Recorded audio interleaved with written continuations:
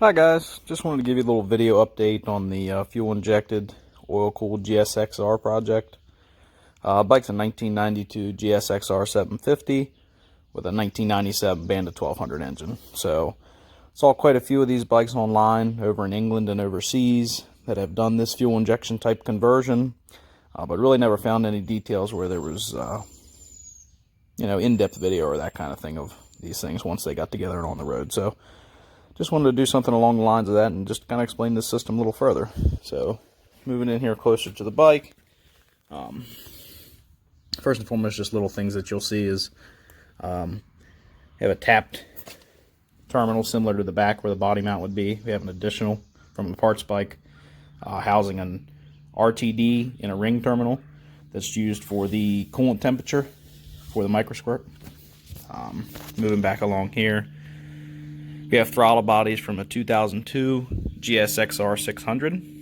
These have been respaced between cylinders 2 and 3 to clear the cam chain and center spacing distance, and that's done by welding an additional extension on the middle throttle tab. And you can see there's a custom aluminum fuel rail that was drilled and machined by me to fit this new spacing. The injectors are Deutschwerks 550cc injectors, originally intended for a 1998 Honda Civic. Apologize for the background plane noise there. We live close to a local airport. 1 second here. You can see the STVA and secondary throttle bodies have been removed. I've drilled and tapped them, sealed them with bolts and red Loctite, and then blended the threads on the inside for a smooth throat. You can see the TPS hiding here from the factory GSX-R harness.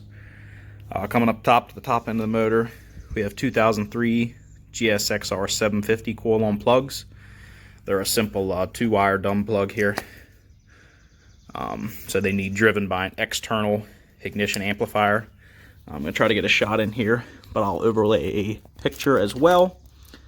But there's a Bosch ICM part number 0227-100-211 is the Bosch part number. This one happened to come off an Audi 1.8T motor from a junkyard. Cost all of about $7, so that was a nice find.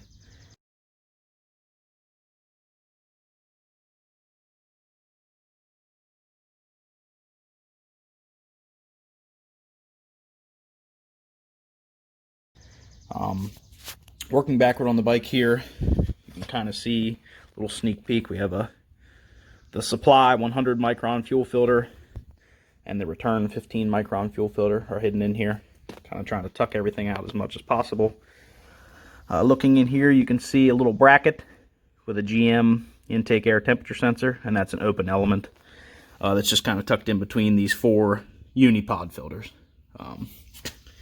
Working back, you can see, you have to excuse the terrible welds. We have a custom seat bracket that also houses the map sensor. You can see it's wired and plumbed in there. Currently the bike's running alpha N based on TPS only, but the plan is to move over to ITB mode and get some map involvement at part throttle and idle conditions for better tune. So, shifting along here. Fuel pump, it's a Walbro GSL 394. It is a 190 liter per hour pump. The reason for the large injectors and the larger pump is I plan to go the turbo forced induction route with this bike down the road. So, figure it may simplify things to buy it all right from the beginning. You see the main power relay there, and that switches the main hot on the bus bars for the Bussmann RTMR. So we have our sensor ground bus bar here for the microsquirt. We have a microsquirt cased V3. Ignore the cool shoes, guys. And as I said, an Eaton Bussmann RTMR. Part numbers right here, guys. And that takes the 280 series micro relays and fuses. So a nice small compact watertight package for a motorcycle.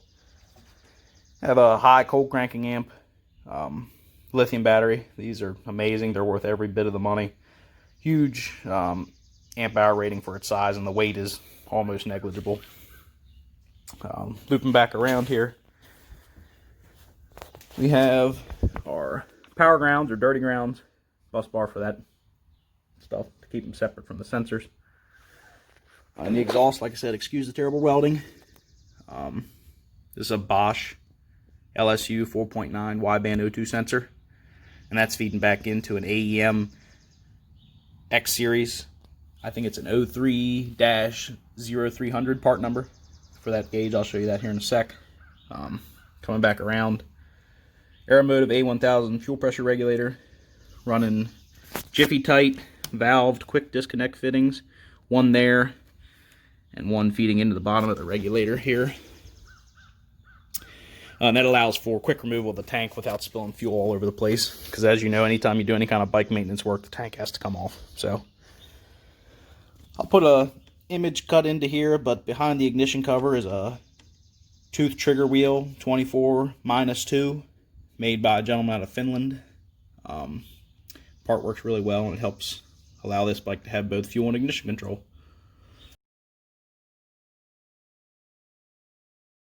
So coming back up, you can see here our AEM X series. It's a nice thin gauge, great size for a motorcycle, and it was run through the existing keyhole mount.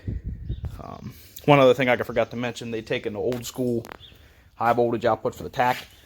So there's a company on eBay, a gentleman that makes these little relays, and I'm assuming he does sort of internal modification work, but they allow the 3 to 16 volt logic reference output out of the ECU to drive your original tach. So